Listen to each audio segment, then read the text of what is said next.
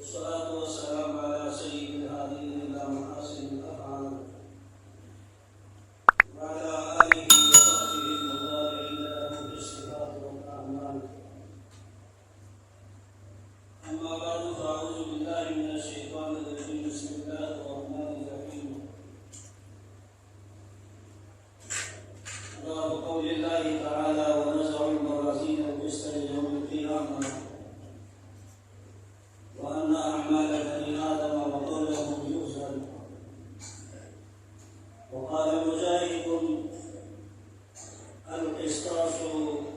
العدل بالربوبية، ويقال القسط مصدر المقسط وهو العادل، وأما القاسط فهو الجاهل.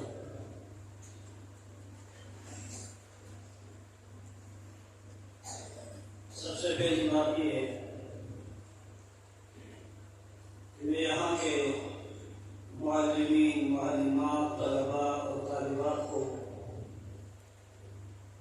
سرکار مبارکباد پیش کرتا ہوں کہ جنہوں نے پورا سال محنتیں کر کے قرآن و حدیث کو پڑھا اور پڑھایا، اور آج کا امام بخاری شریف کی آخری حدیث کو پڑھنے لیے قرآن و حدیث کو پڑھنا پڑھانا یہ کوئی معمولی نعمت نہیں ہے، یہ کوئی معمولی کام نہیں ہے،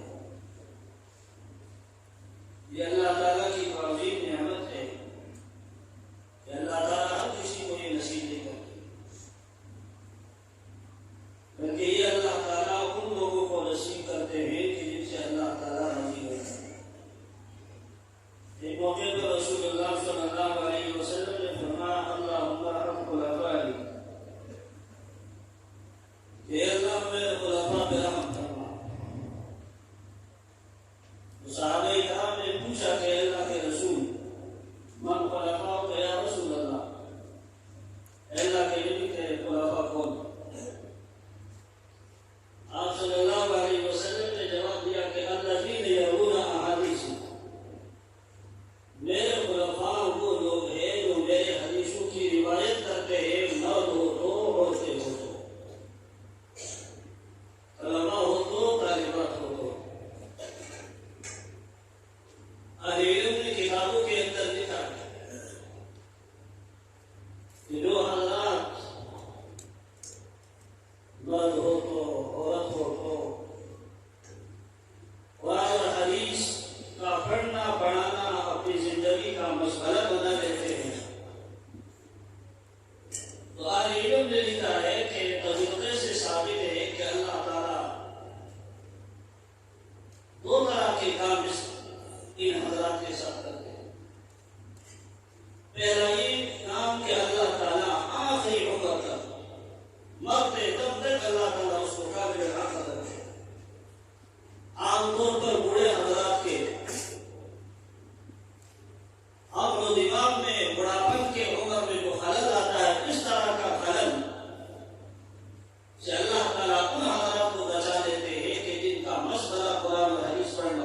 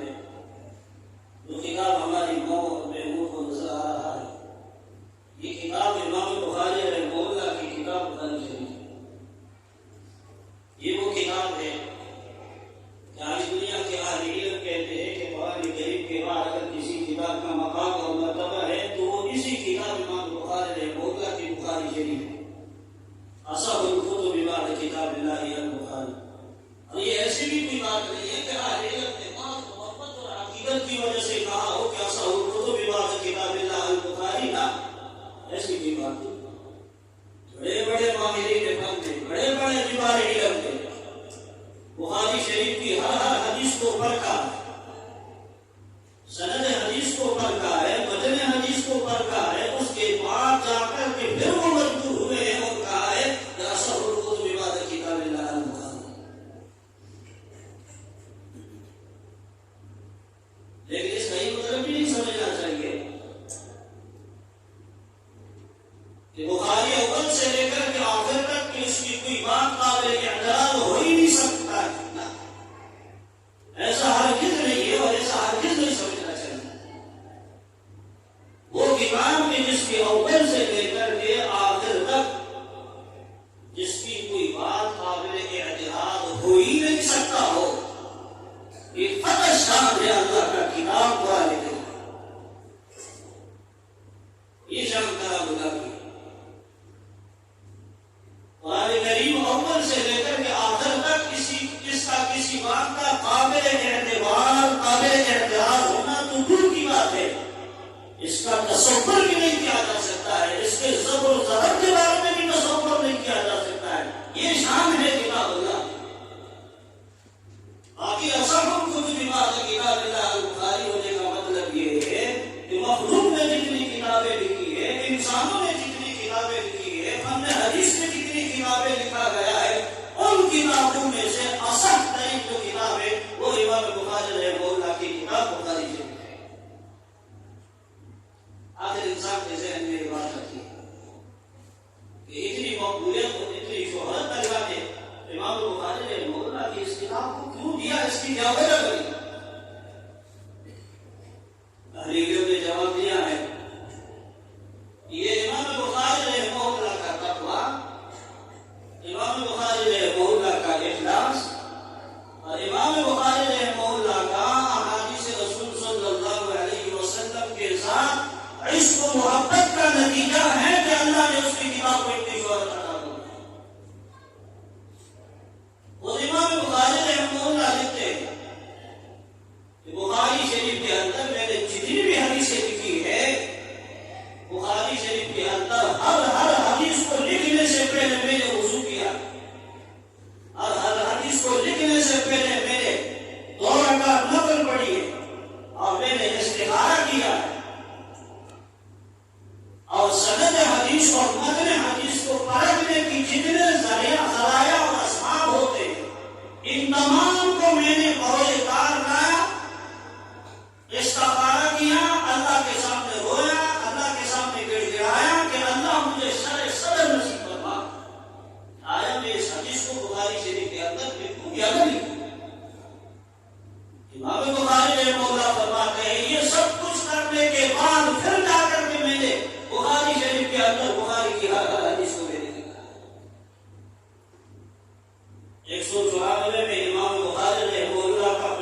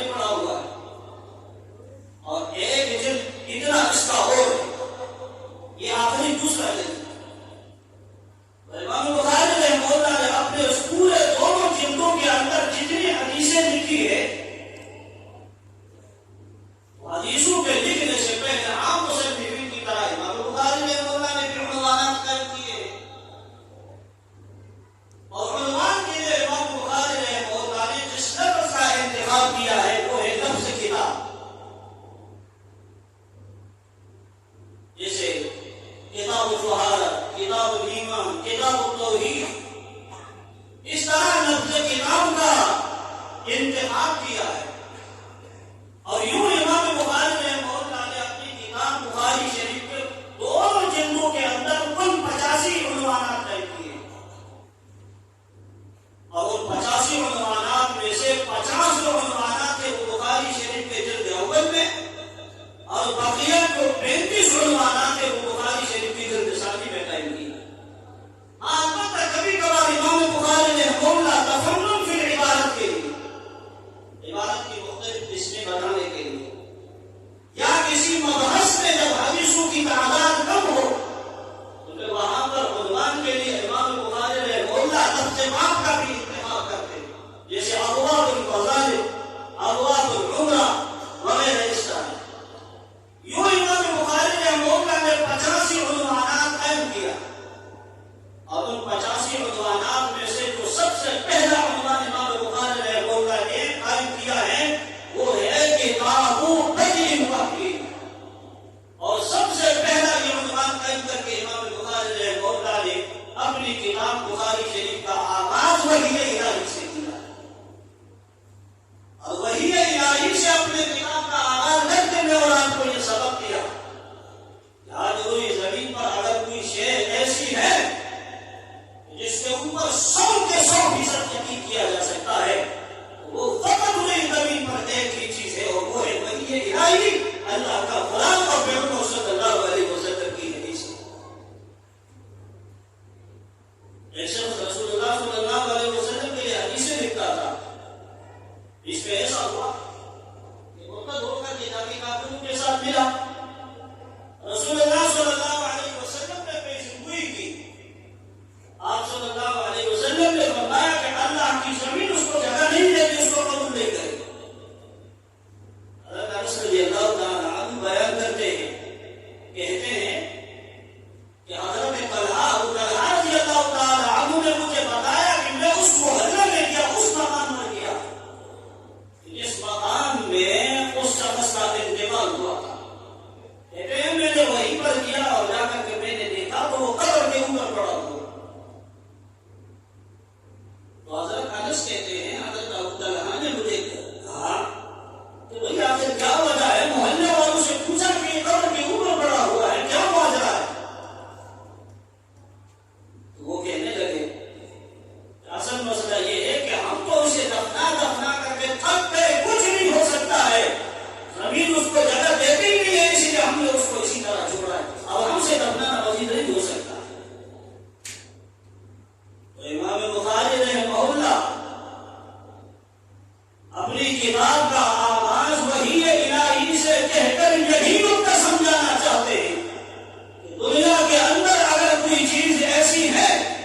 جس کے اوپر 100% یقین کیا جا سکتا ہے، وہ فقط وحی الہی ہے، اس کے اوپر 100%۔ اللہ کے نبی ایک جگہ جا رہے تھے، صحابہ کرام موجود تھے، کہا اندھی چلنے والی ہے، اپنے مویشی اور اپنی جان وغیرہ کو سنبھالو، مخصوص جگہوں کی طرف جاؤ۔ سارے لوگ چلے گئے، ایک آدمی اس میں ایسے بیٹھا ہوا تھا، اس نے کہا آسمان میں نہ کوئی بادل ہے، کچھ بھی نہیں ہے، کیسی آدمی آئے گی، یہ تو ہوائی باتیں کر رہا ہے۔ تھوڑا سا وقت گزرا، ہوائی چلنا شروع ہوا، بندہ سمجھ گیا امام میرا خراب ہے، لیکن وہ وقت ہاتھ سے چلا گیا، نکل چکا تھا۔ ہوا نے اس کو روایات کے اندر آتا ہے یوں گھمایا اور گھما کر کے ملا دیتے کہ پہاڑوں پہ مارا، اور اللہ نے سمجھا دیا کہ جس کا وحی الہی پہ یقین نہیں ہوتا ہے اللہ اس کے ساتھ نہیں کرتا۔ رسول اللہ صلی اللہ علیہ وسلم کو وحی الہی پہ یقین تھا، صحابہ کرام کو وحی الہی پہ یقین تھا، تابعین اور تبع تابعین کو وحی الہی پہ یقین تھا، اللہ کی زمین کو وحی الہی پہ یقین تھا،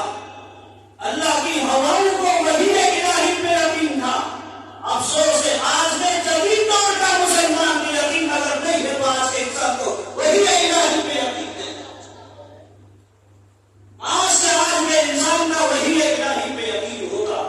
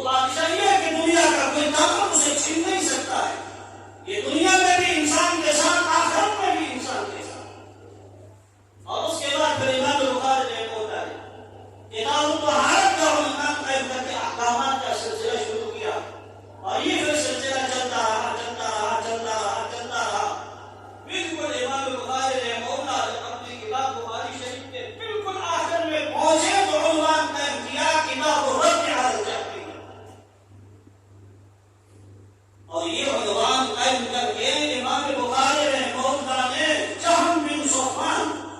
جو ایک شخص گزرا تھا جو اللہ کی صفات کا منکر تھا، کہتا تھا کہ اللہ کی کوئی صفات نہیں ہے، اس نے جماعت کی بنیاد رکھی اور اس بنیاد کو کہتے ہیں فرقہ جاہلیہ۔ امام بخاری رحمہ اللہ بخاری کے بالکل آخر میں آ کر کتاب الرد علی الجہمیہ کا عنوان قائم کر کے فرقہ جاہلیہ کے اوپر رد کیا کہ ان کے عقیدے اور نظریے سے اپنے آپ کو بچا کے رکھنا اللہ کی صفات ہے۔ بلکہ اہل علم نے لکھا ہے، اہل علم نے کیا خود بخاری کے اندر امام بخاری رحمہ اللہ نے یہ جو عنوان قائم کیا ہے کتاب الرد علی الجہمیہ، اس کے ماتحت امام بخاری رحمہ اللہ نے 58 ابواب قائم کیے، 58 ابواب، اور 58 ابواب میں سے ہر باب لایا ہے، اور ہر باب لانے سے مقصد امام بخاری رحمہ اللہ کا کسی نہ کسی فرقہ باطلہ کے اوپر رد کرنا۔ امام بخاری رحمہ اللہ نے گویا اپنے عمل سے یہ بتا دیا ہمیں اور آپ پر، میں اور آپ کو۔ آج بخاری شریف کی آخری حدیث پڑھنے والی طالبوں کو اور دنیا جہاں میں جہاں کہیں بخاری شریف پڑھنے والے طلبہ ہیں، طالبات ہیں، معلمین ہیں، معلمات ہیں، جو کوئی ہے، تو 58 ابواب قائم کر کے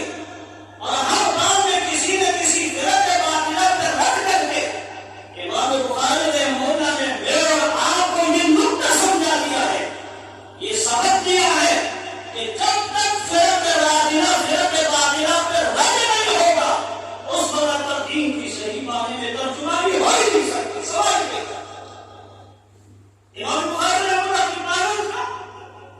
وہ جو 58 ابواب قائم کیا اور 58 ابواب کے اندر ہر باب کو لا کر کے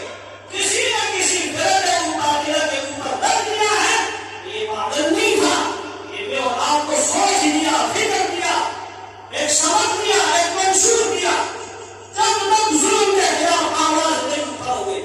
جب تک کفر کے خلاف آواز نہیں اٹھاؤ گے، شرک کے خلاف آواز نہیں اٹھاؤ گے، بدعات کے خلاف آواز نہیں اٹھاؤ گے، رسم المعاملات کے خلاف محلے معاشرے میں آواز نہیں اٹھاؤ گے، دین کی صحیح معنی میں ترجمانی نہیں ہو سکتی۔ ظلم کے خلاف آواز اٹھانا ہوگا،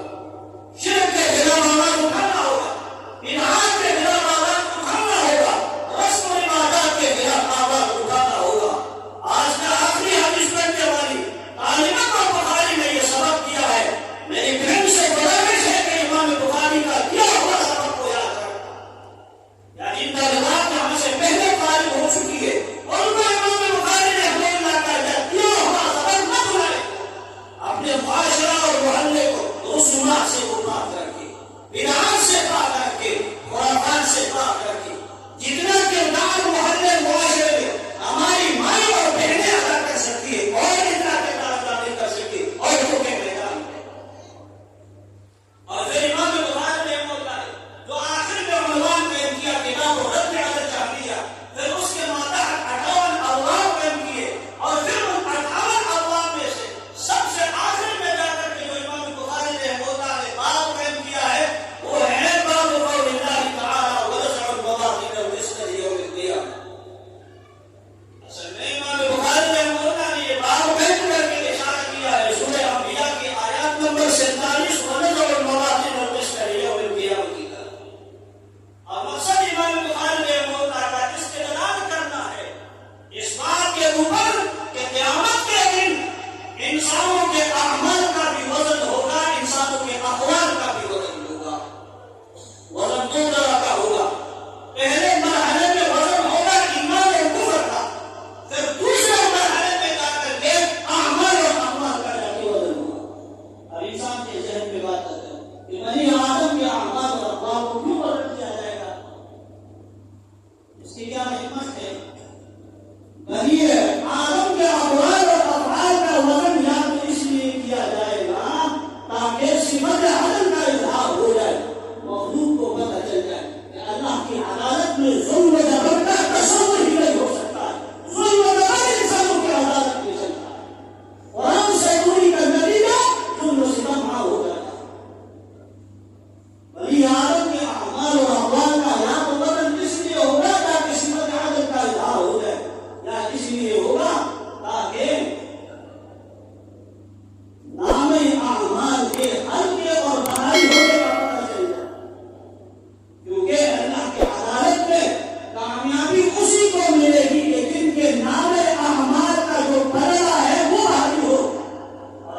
سوچے سوال کرے کہ نام اعمال میں وزن کس طرح آئے گا،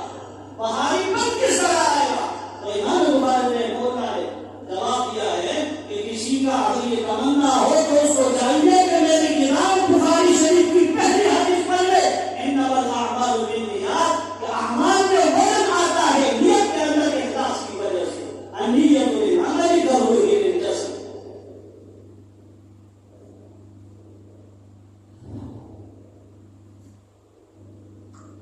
وزن بنی آدم کے اعمال کا بھی وزن ہوگا، بنی آدم کے اقوال کا بھی وزن ہوگا، اس لیے تاکہ یا تو صفت عدد کا اظہار ہو جائے، یا اس لیے تاکہ نام اعمال کے ہلکے اور بھاری ہونے کا پتہ چل جائے۔ اس وجہ سے بنی آدم کے اعمال اور اقوال کا بھی وزن ہوگا۔ معلوم للہ تعالی ونزع الموازین، موٹی موٹی باتیں کہہ کر کے میں درس کا اختتام کروں گا، وقت ابھی ہو چکا ہے۔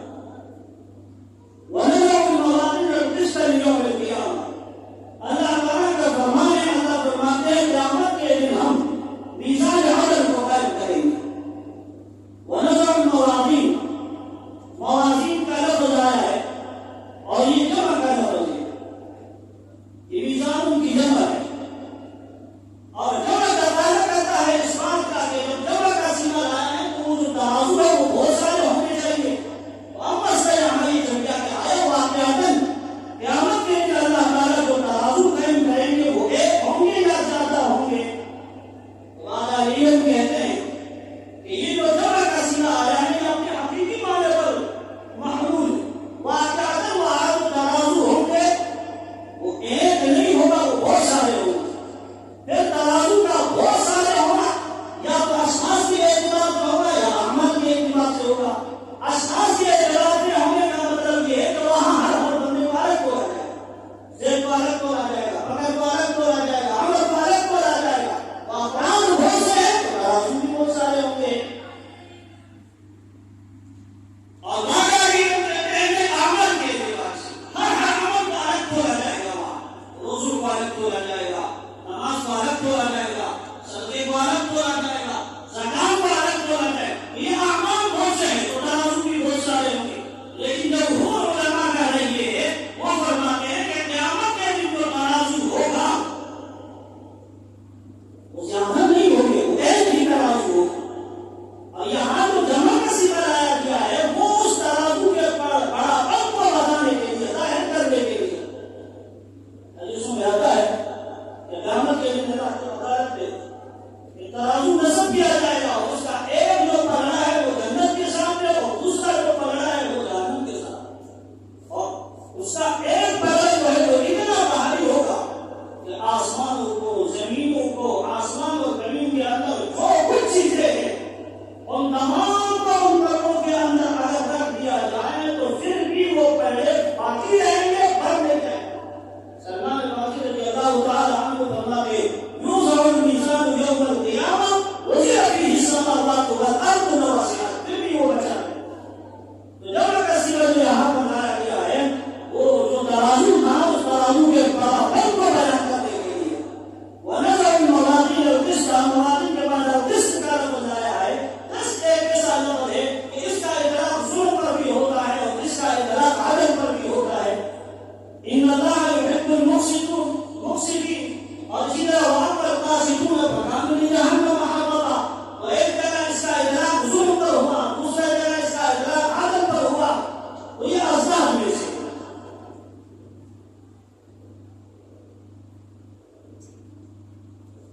یہ کس کا لفظ ایسا، اس کی وجہ کیا ہے کہ عدل پر بھی اس کا اطلاق ہوتا ہے، ظلم پر بھی اس کا اطلاق ہوتا ہے؟ اس کا وجہ یہ ہے کہ جسم کے حصے کو کہتے ہیں حصہ۔ میرے پاس اگر کسی کا حصہ ہے،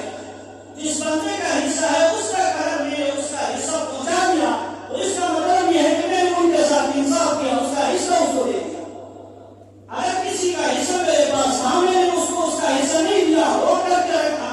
جیسے کہ ہماری ماں اور بہنوں بھی میراث کے معاملے میں گڑبڑ کرتے ہیں، حصہ روک دیا۔ اب میں نے کسی کا حصہ روک دیا تو اس کا مطلب یہ ہوا کہ میں نے اس کا حصہ روک کر کے اس کے ساتھ ظلم کیا، اور اسی کو تسمیہ بھی صرف کہا جاتا ہے کہ ایک جگہ ظلم پر اس کا اطلاق آیا اور دوسری جگہ انصاف پر، جیسے کہ فرقہ قادریہ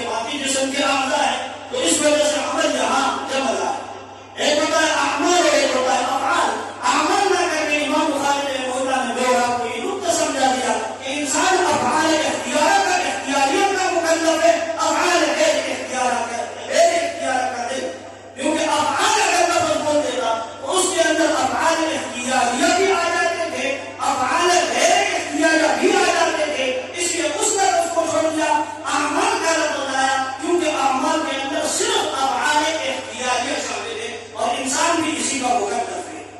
وَأَنَّ أَعْمَالَ بَنِي آدَمَ وَقَوْلَهُمْ قَوْلٌ، قول اس چیز کو کہتے ہیں جو انسان سے بصورت نطق اور تلفظ ظاہر ہو، اس کو قول کہتے ہیں۔ اور قول مفرد اس لیے لایا، اس کی وجہ یہ کہ قول کے صادر ہونے کا جو آلہ ہے اس کو ہم کو فقط کہتے ہیں، اس وجہ سے ہم مفرد لایا۔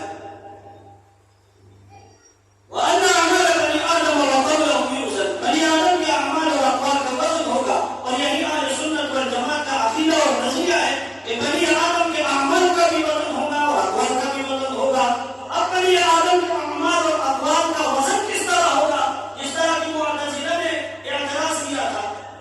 واصل بن عطا امام حسن بصری نے بولا کہ شاگرد اس نے جماعت کی بنیاد رکھا، اس کو کہتے ہیں معتزلہ۔ وہ کہتے ہیں بنی آدم کے اعمال اور اقوال کو نہیں تولا جائے گا، کیوں؟ کہتے تولنے کی ضرورت اس کو ہوتی ہے جس کو کوئی پتہ نہ ہو، اللہ کو تو سب کچھ پتہ ہے، تولنے کی کیا ضرورت ہے؟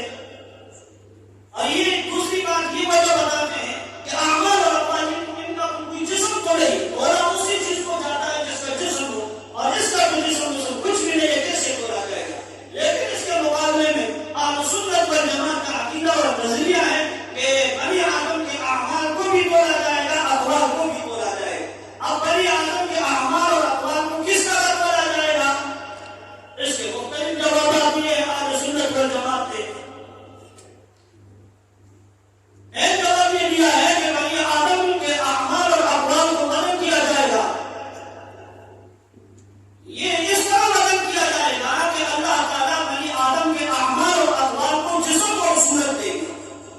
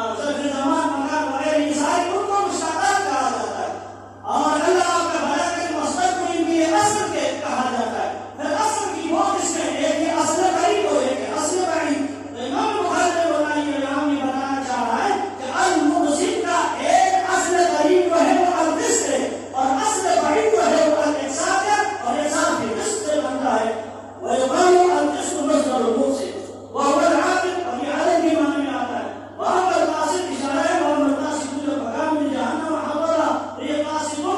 یہ مجرد کے معنی سے اور جائے اور یہ ظالم کے معنی میں ہے یہاں تک ترجمہ الباب ختم ہو گیا آگے امام بخاری رحمہ اللہ ترجمہ الباب کو ثابت کرنے کے لیے ایک حدیث کو سند کے ساتھ ذکر کر رہے ہیں علماء نے لکھا ہے کتابوں کے اندر اس امت کی خصوصیات میں سے ایک خصوصیت یہ ہے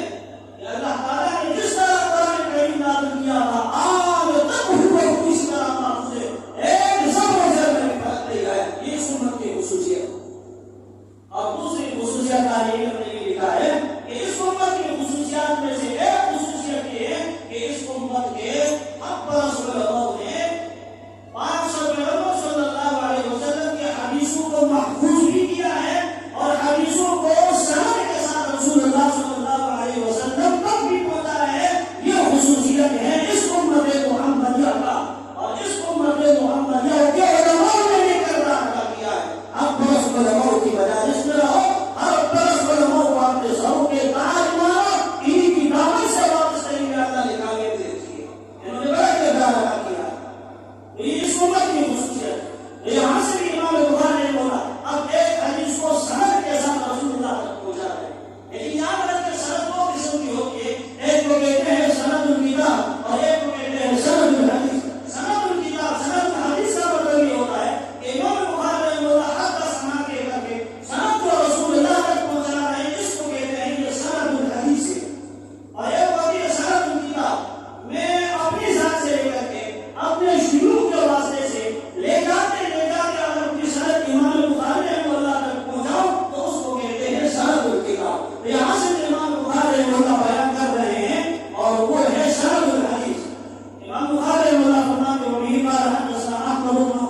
اشعب یا اشعب امام بخاری رحمہ اللہ فرماتے ہیں ہمیں حدیث بیان کی احمد بن اشعب ہے اور وہ کہتے ہیں حدثنا محمد بن فضیل ہمیں حدیث بیان کی محمد بن فضیل ہے وہ پھر حدیث نقل کرتے ہیں عن عمارة بن القعقاع عمارة بن القعقاع سے اور وہ پھر حدیث آگے نقل کرتے ہیں عن ابی زرعہ امام ابو زرعہ سے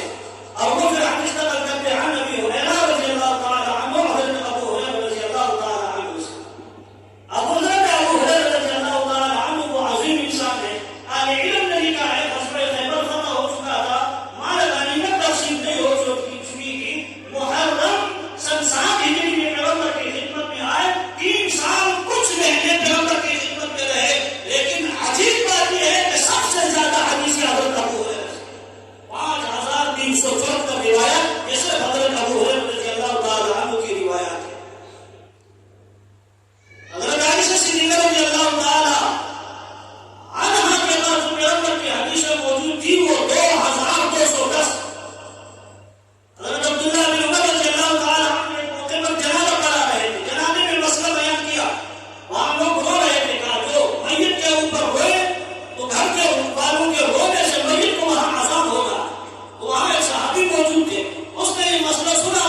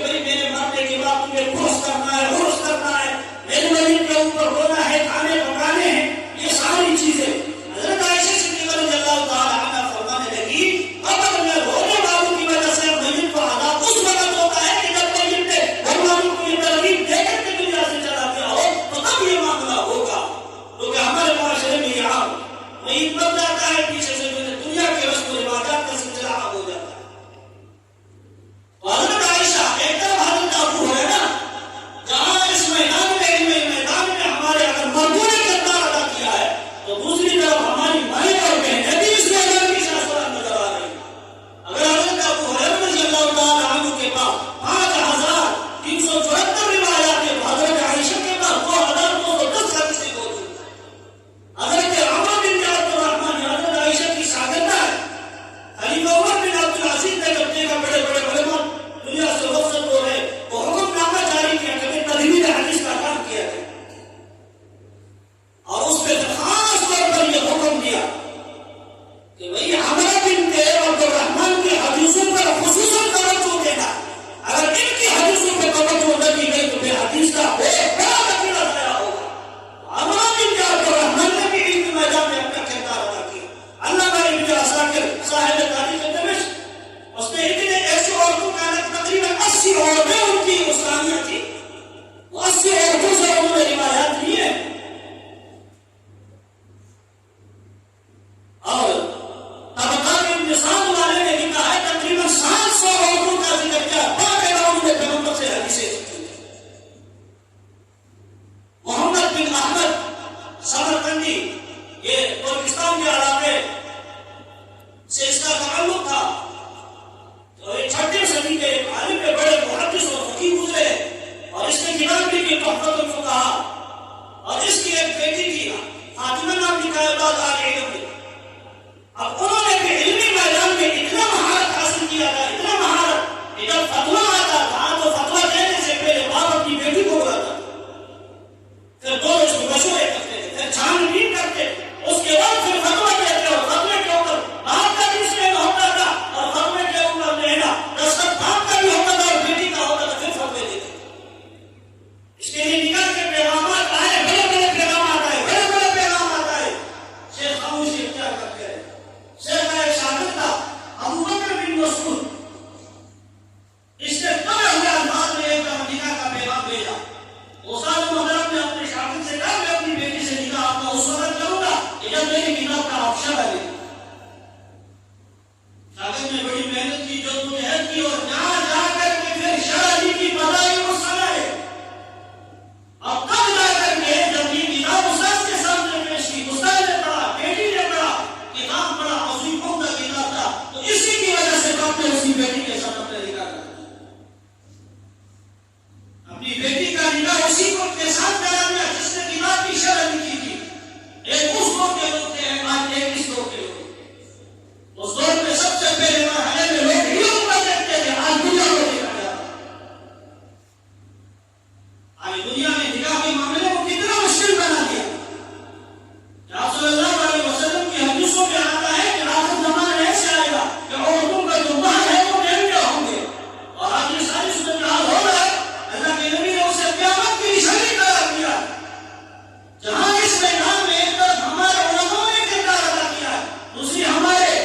عورتوں نے بہنوں نے بھی کردار ادا کیا ہے۔ اس وجہ سے فارغ التحصیل طالبات کی خدمت میں میری گزارش ہے، قرآن کی دفاع کے لیے اپنا قلم اٹھاؤ، قرآن کی دفاع کے لیے اپنا زبان استعمال کرو، اپنے محلہ اور معاشرہ اپنی عائشہ کے نفس قدم پر چلتے ہوئے صاف اور ستھرا رکھو۔ یہی بخاری کا سبق دے رہا آپ کو۔ حضرت ابو ہریرہ رضی اللہ تعالیٰ عنہ معمولی انسان تھے، یہ فرماتے قال نبی صلی اللہ علیہ وسلم، نبی صلی اللہ علیہ وسلم نے فرمایا کلمتان حبیبتان الی الرحمن،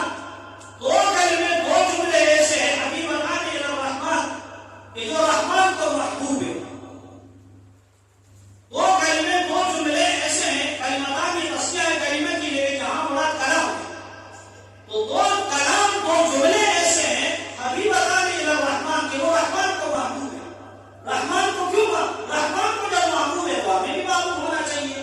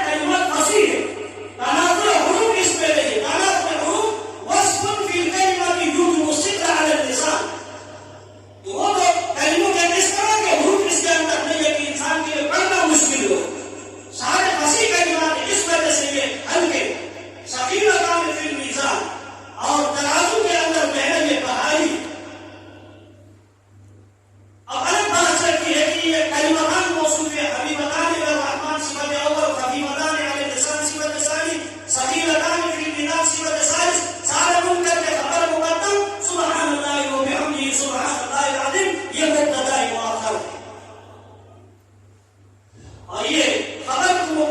تو اصول یہ بات میں ہوگی مبتدا پہ یہاں مبتدا بعد میں خبر میں تشریح کے لفظ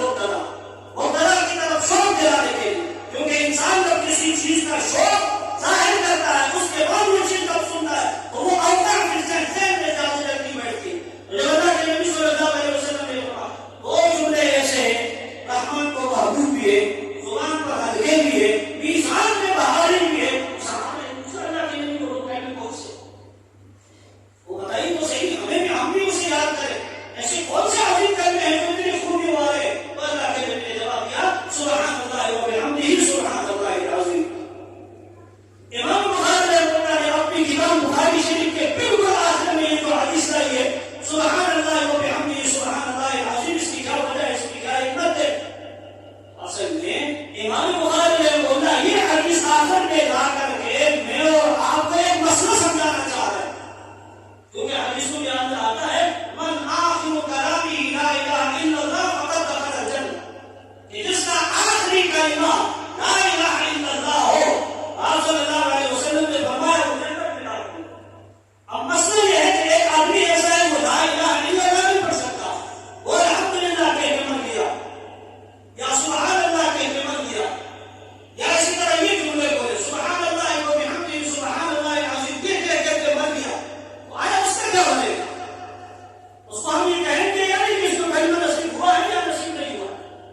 اسی مسئلے کو اسی نقطے کو سمجھانے کے لیے حدیث آخر میں لائی ہے۔ امام بخاری رحمۃ اللہ یہ سمجھانا چاہ رہے ہیں کہ لا الہ الا اللہ کہنا یہ کوئی ضروری نہیں ہے، بلکہ ہر وہ کلمہ کافی ہے جو مشعر بصحت العقیدہ، ہر ایسا کلمہ کہ وہ کلمہ بتا رہا ہو کہ اس انسان کے عقیدے نظریے ٹھیک ہے، شرک والے نہیں ہے، کفر والے نہیں ہے، ہر ایسا کلمہ اگر کہہ دیا تو یہ سارے مسئلے کافی، چاہے وہ لا الہ الا اللہ کہہ کے مر گیا تو، یا سبحان اللہ کہہ کے مر گیا ہو، یا سبحان اللہ و بحمدہ سبحان اللہ العظیم کہہ کے مر گیا ہو، تو یہ سارے الفاظ جو ہے کافی۔ وہ رسول اللہ صلی اللہ علیہ وسلم کی آخری عمر میں جس وقت روح پرواز کر رہی تھی، آپ صلی اللہ علیہ وسلم نے جملے بولے تھے الرفیق الاعلی، اور کسی لکھتے ہیں کہ یہ جملہ کہتے ہی رسول اللہ کی پرواز ہے۔ رئیس المفسرین مولانا حسین علی رحمۃ اللہ تعالیٰ علیہ اس پر جب موت آئی تو اس کے آخر میں جو اس کے زبان پہ کلمے جاری تھے وہ یہ وَلَهُ الْكِبْرِيَاءُ فِي السَّمَاوَاتِ وَالْأَرْضِ، آسمان و زمین میں بڑے کا حقدار صرف اللہ تعالیٰ کی ذات ہے، کبریائی اس کے لیے یہ جملے بولے اور یہ جملہ بولتے ہی اس کی پرواز ہے۔ تو اسی نقطے کو سمجھانے کے لیے امام بخاری رحمۃ اللہ نے آخر میں یہ حدیث لائی ہے کہ لا الہ الا اللہ کہنا یہ ضروری نہیں ہے، بلکہ اس سے مراد یہ ہے کہ ہر وہ کلمہ جو بتا سکے کہ اس انسان کے عقیدے نظریے ٹھیک ہے، یہ کہہ کر کے اگر دنیا سے چلا گیا ہم کہہ سکتے ہیں کہ اس کو بہتر رسول ہوا۔ اور دوسری وجہ دوسری حکمت اس کی یہ ہے کہ امام بخاری رحمہ اللہ بتانا چاہ رہے ہیں کہ جب مجلسوں کا اختتام ہو، مجلسیں جب ختم ہو تو آخر میں اللہ تعالیٰ کا حمد و ثنا بیان کرنا چاہیے، سبحان ربک رب العزۃ عما یصفون وسلام علی المرسلین والحمد للہ رب العالمین، تاکہ اس مجلسوں کے اندر جو کمیاں کوتاہیاں جو گناہ کی باتیں ہو گئی اللہ ان حمد و ثنا کی برکت سے ان کو معاف فرمائے۔ تو امام بخاری رحمہ اللہ آخر میں یہ حدیث لا کر کے یہ کہہ رہے ہیں کہ اب چونکہ بخاری کی مجلس ختم ہو رہی ہے تو تم بھی آخر میں یہ کلمہ پڑھ لو تاکہ بخاری شریف کے پڑھنے پڑھانے میں پورے سال جو کمی کوتاہیاں ہو چکی ہے اللہ اس کی برکت سے ان کمی اور کوتاہیوں